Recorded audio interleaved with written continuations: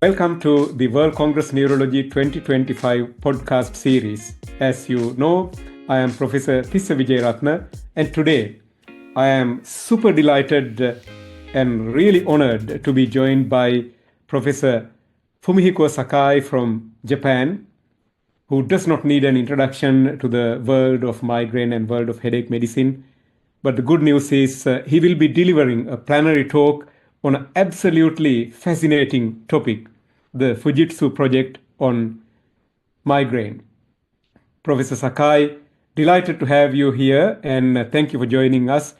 Could you please share a bit about your background? Although I know you very well and many of my colleagues you know well, I think it is good for all of our listeners to know. Tell us about your background and tell us how you became involved in the field of headache, migraine care and research. Well, thank you very much, Tissa, for your kind introduction and introducing me to the audience. It's nice to see you again, and it's my pleasure to talk at the World Congress of Neurology. I've been working on headache for a long time, and trying to raise the awareness and raise the level of headache medicine in Japan and in Asian area. And of course, the International Headache Society. I worked with International Headache Society for some time, serving as president of the society, and also worked for particularly recently on advocacy of migraine headache, because I realized that it's the best way to learn from patients in order to advance the research and also the clinical practice. Coming back to this particular project that you are going to do the plenary on, this year personally, as you probably know, ARCH and many other organizations are concentrating on migraine-friendly workplaces. And Fujitsu Project is really the epitome of similar ideas. To the best of my knowledge, this is the first time such a massive scale project come about. So for the listeners though, tell us about Fujitsu Project. What is it? And how does it aim to transform migraine diagnosis or management? For the non-headache interested community who might be listening to this podcast, let's remind them that headache disorders impact over 3 billion people worldwide, and out of them, over 1 billion people suffer from migraine, which is a very complex, bona fide medical disorder with multiple phases and causing significant lost productivity and lost cost to the economy. So in that background, how the Fujitsu Project is transforming how we look at migraine at the workplace. So first though, maybe tell a few things about what Fujitsu Project is. Oh, yes. The question in this project is, as you can imagine, what can we do for headache at work? And I would like to include in my talk my experience with Fujitsu Headache Project. That is the teaching program for headache at work. Did you reach out to Fujitsu first, or did they reach out to you first? How did you get them interested in headache as the main thing to address in the year that you launched the Fujitsu Project? Are you able to share with us how you managed to get them interested in this area? Because usual stories, migraine and headache disorders are very much neglected and worst managed and least interested area in medicine, most parts of the world. So we were all surprised when you came up with Fujitsu Project, as it is definitely going to transform the way that we deal with this disorder. Would you mind sharing that information with us so some of the neurologists or headache specialists listening to this would find some wisdom out of this so that they could potentially reach out to their big companies to see whether they could be interested? What was the magic that you had to get them interested in headache field? How did that occur? Well, there isn't too much secret, but the first thing I did was I met the executives of the Fujitsu and discussed the importance of the healthcare, particularly for headache, migraine.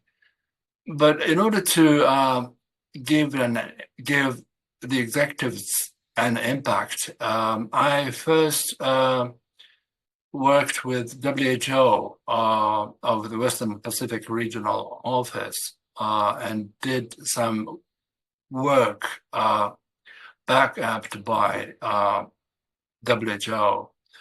And the executives of the Fujitsu was much impressed with the collaborative study with WHO.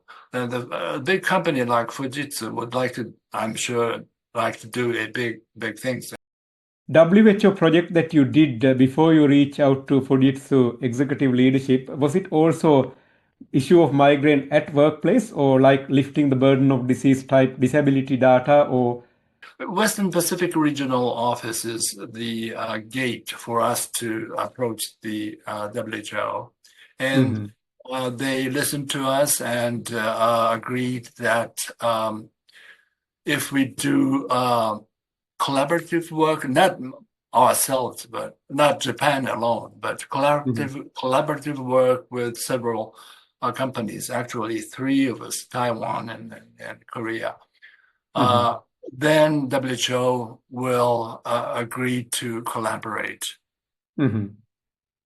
And that led to this project. Again, for the benefit of listeners, as you heard from Professor Sakai, he's going to tell us what he done, and we are setting the scene to introduce you to this project. So initially he did a collaborative project with WHO Regional Office in Western Pacific region, and then shown the disability caused by migraine. And then with collaboration and project data, he reached out to Fujitsu, and then he partnered with the Korea and Taiwan also to make it an international project.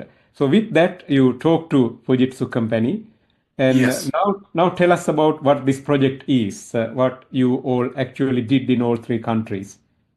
Yes. Well, this is the migraine or headache at work type of project, and we wanted to look for the way to improve the awareness and knowledge of headache for the employees. And we used the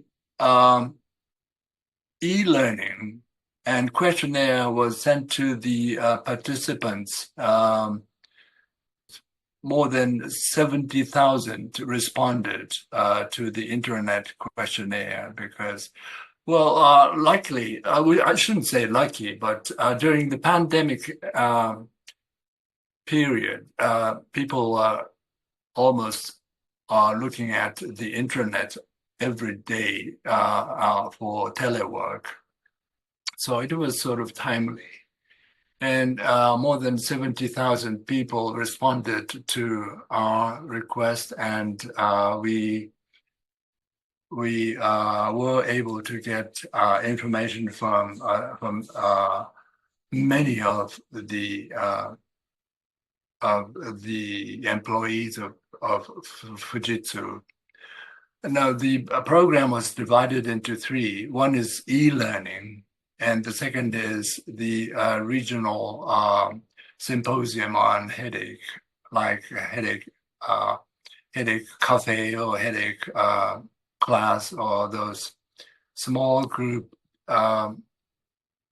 seminar, and also consultation we also did. This is the consultation of the private online consultation for those who wished to participate after finishing the main e-learning course. And this was done individual virtual consultation. And this is the first come, first served basis. And the result in short is that they all enjoyed the program. And the first result was that many people understood the different types of headache. Now, the computer program sent the questionnaire to the audience, the workers, and then returned their answers. And the computer automatically showed on the screen the type of headache based on the international classification of a headache. Broadly speaking, headaches can be divided into two types, primary headaches and secondary headaches. And primary headaches are more common than secondary headaches. Secondary headaches means there is a different reason behind your headache other than primarily a headache disorder like migraine or tension type headache or cluster headache. But what Professor Sakai was saying is that, as you can see, this is a really cool, clever, very novel way of thinking. You approach a very large community population. You basically partner with them, almost 90,000 if I remember correctly. Then almost 70,000 plus responded to that. And they had a number of education portfolios, face-to-face, virtual, basically giving them simple tools. This is how you make a diagnosis of tension type headache, where you feel like a band type sensation with not much features, or migraine, where you have a lot of features, sensitivity to light, noise, etc. And then what you are saying to us is not only they had these virtual short, the educational session to educate them or teach them what headaches are and what are the types of headaches that they have. They also have face-to-face learning sessions in the symposia that you organize. I assume that a lot of patients or people suffering from migraine involved with them or attended them. And then you also had the opportunity for them to seek medical advice, virtual via Skype, to sort out their headaches. I don't think anyone else ever done this anywhere in the world.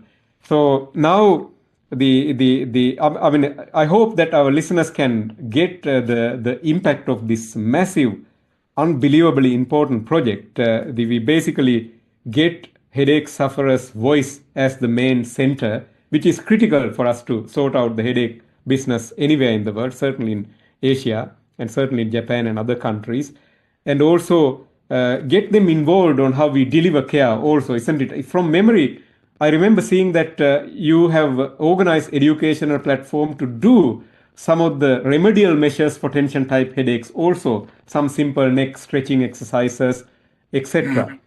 So my question is, I don't want you to give away all information. We want people to come to Seoul and listen to the lecture so that they can hear it from the horse mouth rather than through this podcast. But let's tease them a bit. So without giving the whole information, keep some good secrets with you, but tell them the what technological innovations are being used during this platform and how impactful it was, because you publish series of papers and I'm familiar with those publications. But let's enlighten our listeners of those aspects. But again, don't give away a whole lot of information. We want them to come to the session and listen, and then they can question you, ask questions from you. Professor Sakai is a very approachable neurologist. I know him well. But let's give them what is in store in this talk along those lines. My interest during this project was that how much gain we can get by giving lectures to audience, and which is always the question. We don't get answers most of the time. So in this project, we tried to do the gain of investment type of study. How much disability was saved, particularly on those patients who we could make a long-term follow-up, not only just the e-learning period.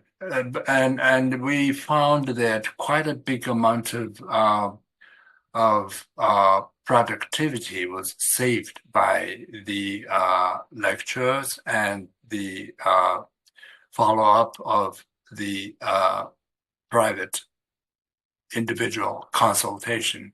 And we realized that so much gain we could get to avoid the disability caused by headache.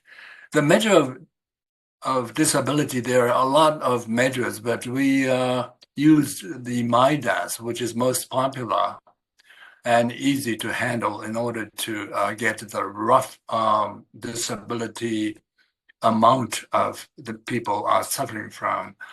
And the gain was 14.7 days per year of the productivity out of these more than 70,000 people, employees suffering from headache.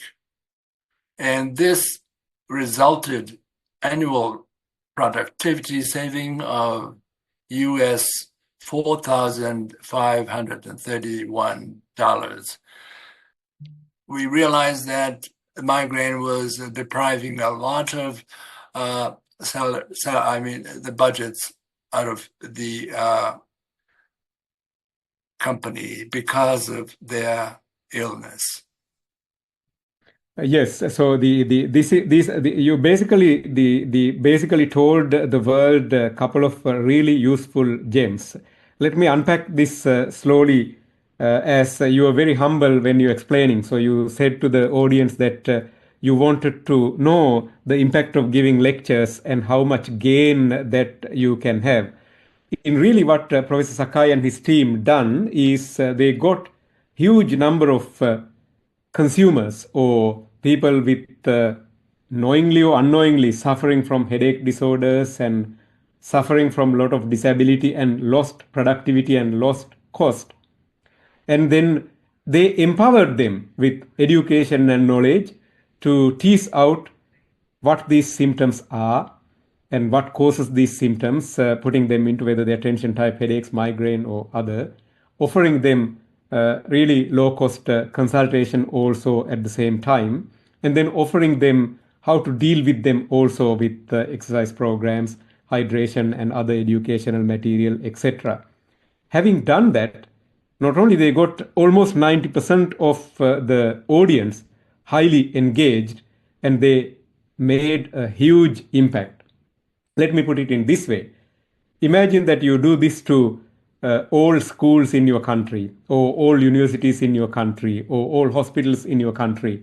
When we do know that 1 in 4, 1 in 5 of us are suffering from a disabling headache disorder, this is basically the key to address this issue with significant impact. You heard the amount of money saved and amount of disability reduced, almost like 1 full month of working days, 14 days, close to 20 days. This is huge. This is an unbelievable project that you have done, and you have also shown us what is possible at the community level. And I would argue that this is the solution to sort out this problem. And then we could add additional things by bringing transformative research with such community engagement also. So very well done to you and your team. And my next question is, having discussed this issue, specifically when we are doing our 12th World Brain Day campaign on brain health for all ages, if you look at neurological disorders and disability, you have one peak during first 5 years, and then you have one peak during post 60 years of age. Those are number of neurological disorders contributing to leading cause as death. And then if you look at disability, in between those ages, the biggest contributor for disability is this, headache disorders.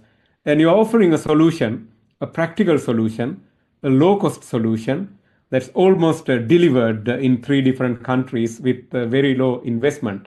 So even if you are listening to this while you are driving to work or the in-between meetings, you can see the impact that we can have in brain health when we advocate for brain health for all ages.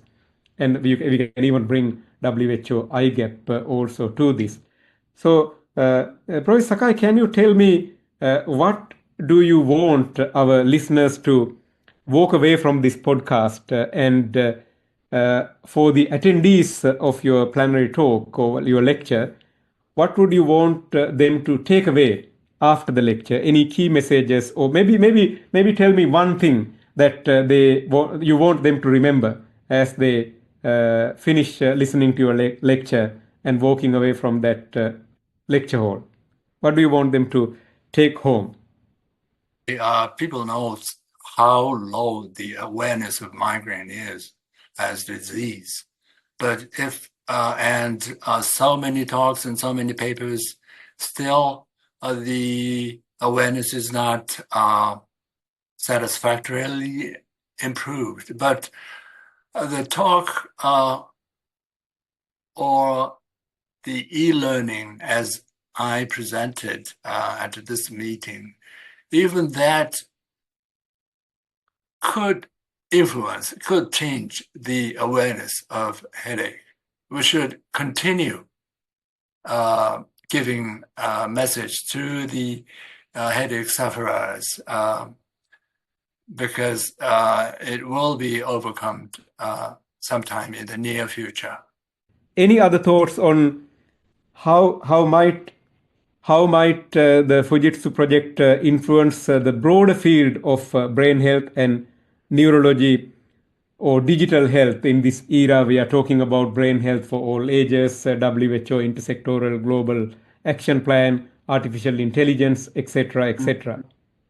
Yes, awareness and advocacy are now the main topics for any kind of disease. I mean, they are suffering. I mean, people and scientists are suffering from how to improve the advocacy for all kinds of diseases. And I hope the Fujitsu's experience could be of any help to when they think of the best possible way to improve the advocacy. Where do you think that we are heading in this space moving forward globally? What is the possibility of seeing game-changing collaborative networks? In particular, the regions where these issues are largely impacted with least interest otherwise. Of course, the developing countries like Africa and some part of Asia should be encouraged. I mean, we should give some good information to those people. Do you see the possibility of getting the national departments of education? Say, for an example, we both know that the pediatric headaches are very much underdone worldwide, and the adult headaches are also underdone, but pediatric headaches are even more underdone. So, do you see the possibility of convincing departments of education, universities, public hospitals, private hospitals? Yeah, you are right. You are right. I mean, we do have to raise more voice for headache awareness and advocacy. But I think the grassroots activity campaign will leverage that power. And we are doing headache class or headache cafe at our hospitals almost regularly. And then that kind of the voice from the patient's important. So accumulation of those patients' voice will push us toward those legislative type of organization to listen to us. Professor Sakai, this had been an unbelievable discussion, and I could go on talking and throwing questions at you, but we both do not have time, which is a luxury, but I got a lot of time away from you for this very important topic. And as you heard from Professor Sakai, if you attend this lecture, you will get to know a whole lot more about Fujitsu Project and how this unbelievably impactful project basically got well over 70,000 people highly engaged in a mission of education and service component and improvement component that seems to be well sustained beyond the project, well beyond the acute COVID crisis. And from the last bits of the discussion, you heard sky is the limit with regard to these kind of disorders.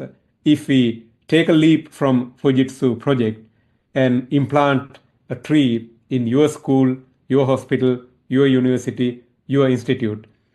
I'm amazed how much we do not know that can be fixed fairly easily. And the congratulations on this unbelievable project. And I personally look forward to seeing you in this event, and I'll be there in the audience. So again, thank you very much for joining us. Stay safe and well, and we very much looking forward to seeing you in Seoul to hear from the horse mouth in this on this unbelievable, impactful project. And again, very well done and congratulations, and thank you for leading from the front and delivering us such a impactful, game-changing project. Well, thank you very much, particularly for your very nice support. Looking forward to seeing you and seeing you in the good future of the headache medicine.